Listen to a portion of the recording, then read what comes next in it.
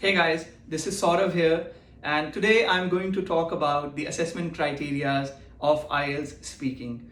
Guys, basically there are 4 parameters based on which your IELTS speaking is assessed, and you'll be given a band score of up to band 9.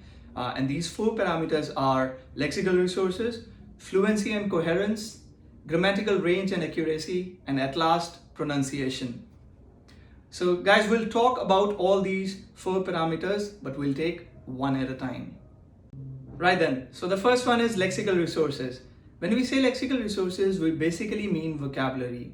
But vocabulary is not only limited to using complex or uncommon words, but it also means using idiomatic language in a natural and precise way.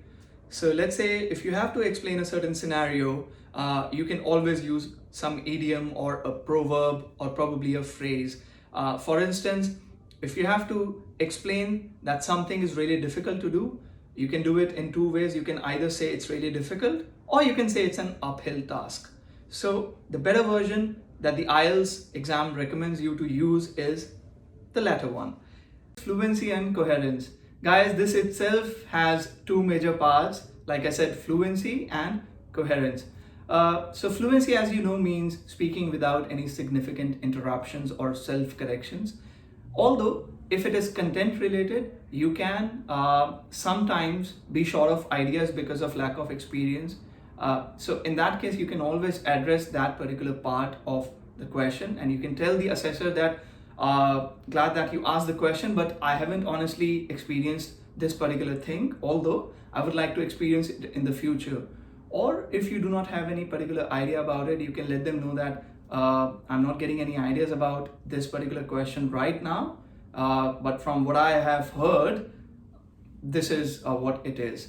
Having said that, you must not be doing this all the time. It can happen once or twice, but if you're having a lot of interruptions while you're speaking, your fluency part, your assessment criteria of fluency can be really hurt there.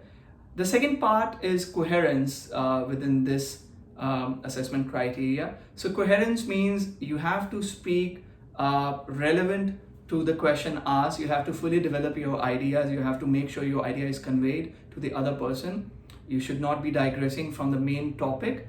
You should never be beating around the bush. Right, then the next one is grammatical range and accuracy.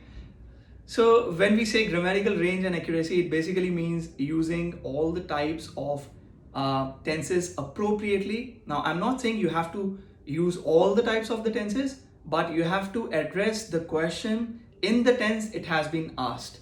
So if, let's say that the question is asked about an incident that has happened before, so it's a good idea to use the present perfect or the past tense here.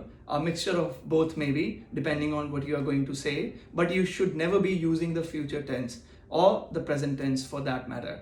So this is what grammatical range and accuracy means. Apart from this, it has some other aspects as well, like using different kind of voices, active and passive, using probably an indirect speech or quoting someone directly. So all these parts show your complete range of the language and shows that you can accurately address a particular one. Is pronunciation. Guys, this is really a tricky one because people are from different countries, different regions within the countries, different backgrounds, different cultures, and all of these may have a different kind of a pronunciation for a particular word. So what I suggest you to do is you should be focusing on the British pronunciations of the words, and if you are saying a word wrong, if your pronunciation of a particular word is different than the British one, you should really be making notes. You should really be noticing those words and writing them down and practicing for the British variant of it. And thus I think you can do really well in this assessment criteria so that your overall score is not impacted. Guys, it's really simple. The IELTS speaking is not as hard as probably some people may think. If you focus on these 4 assessment criteria and you address all your mistakes, all your shortcomings, I think you can do really well. Right then, so these are the 4 assessment criteria based on which your IELTS speaking is assessed. And like I said earlier, you can even score up to a band 9 if you're addressing all these 4 parameters correctly.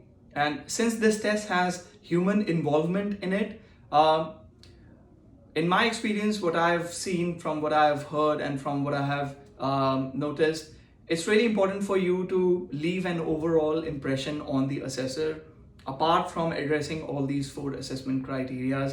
So let's say if you haven't have a good day and you haven't really done exceptionally well in one of these assessment criteria, you can still be getting a perfect score if your overall impression on the assessor is a good one. So I wish you luck for this exam, whosoever is planning to take the exam for various purposes, may it be your education, may it be your migration to Canada, or probably some of the professional aspirations.